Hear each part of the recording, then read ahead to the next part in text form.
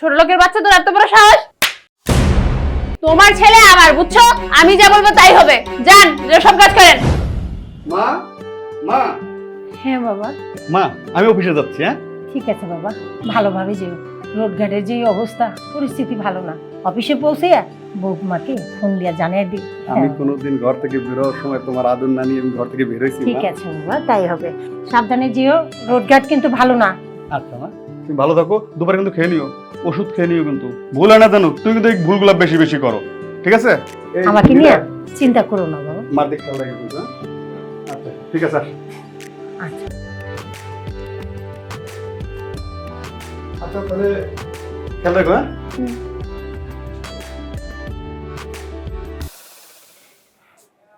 হ্যাঁ এই যে নবাব জাদি, এখনো যে এখানে দাঁড়াই আছেন সাইজা গুজা, কেন? কার জন্য দাঁড়াই আছেন? ঘরের যে এত কাজকর্ম রয়েছে, ঘর মোছা লাগবে, ঘর ঝাড়ু দেওয়া লাগবে, বাথরুম ধোয়া লাগবে, এগুলো কে করবে? জামা কাপড় রয়েছে, এগুলো ধোয়া লাগবে, এগুলো কে করবে? রান্না কে করবে? আপনি করবেন না আপনার বাবা এসে করবে? হ্যাঁ, যান, যে সব কাজকর্ম করেন। বৌমা, তুমি আমার সাথে এরকম ব্যবহার করো কেন? মা মা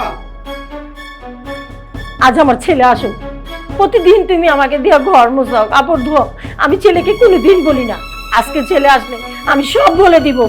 ছেলের সামনে তো ভালোই সাজো, আর ছেলে গেলে গা আমারে তুমি খুব অত্যাচার করো। আসুক ছেলে, আমি সব বলে দিব আমার ছেলেকে। মনে করছো কিছু বলি না দেখা? ছোট লোকের বাচ্চা তোর এত বড় সাহস? তুমি কি বলবে তোমার ছেলেকে? তোমার ছেলে আমার, বুঝছো? আমি যা বলবো তাই হবে। যান, সব কাজ করেন। মা মা কি ব্যাপার? মা মা কি হয়েছে মা তোমার? তুমি বাসা থেকে গেলেও আমাকে দিয়ে ঘর মোছায়, কাপড় ধোয়ায়। আজকে আমাকে অনেকগুলো কাজ দিছে, আমি করিনি বিধায় ও আমাকে মারছে। আমার মাকে মারছে আমার বউ? তুমি এটা কি করলা? তুমি তুমি আমার মায়ের গায়ে হাত দিয়েছো? তুমি তুমি জানো, তুমি জানো উনি কে? উনি আমার জান্নাত, উনি আমার মসজিদ। তুমি তার গায়ে হাত দিছো? তুমি আমার ঘরের কাজের বুয়ার কাজ করাও, ঘর মোছাও, কাপড় কাচাও, তুমি কোথায় যাইছো? ছোটবেলায় আমার বাবা মারা গেছে, আমার মা আমাকে কষ্ট করে এই পর্যন্ত আনছে। তুমি আমার সেই মাকে মারলা। আর আমি তোমার সাথে সম্পর্ক রাখবো না। আজকেই আমি তোমাকে ডিভোর্স দেবো। তোমার বাবাকে এখন আমি ফোন করছি।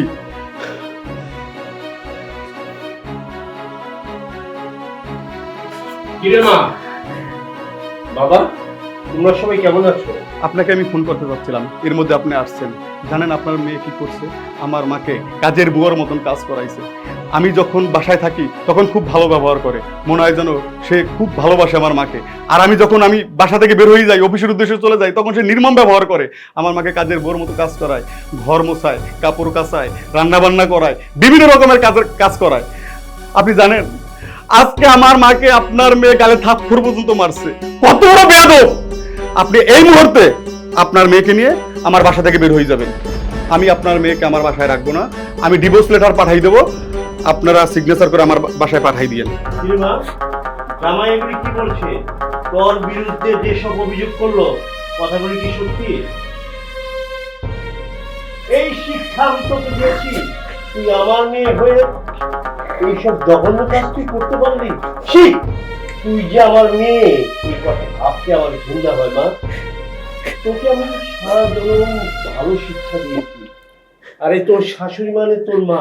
ছোটবেলায় তুই তোর মাকে হারিয়েছিস, শাশুড়ি পেয়ে তুই তোর মায়ের মতো তাকে সম্মান করবি।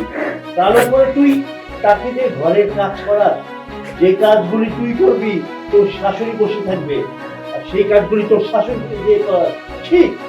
তোর শাশুড়ি যখন মাপটা বলছি, আম্মা, আমার ভুল হয়েছে, আম্মা মাফ করে দিয়েন আমারে। মা, আমার ভুল হয়েছে, মা, আসলে অনেক ভুল হয়ে গেছে। ওকে আপনি মাফ করে দেন। বাবা, ও তো ছোট মানুষ, ও ভুল করছে বাবা, ওকে তুই ক্ষমা করে দে। এই ভুলটা আর দ্বিতীয়বার করবে না।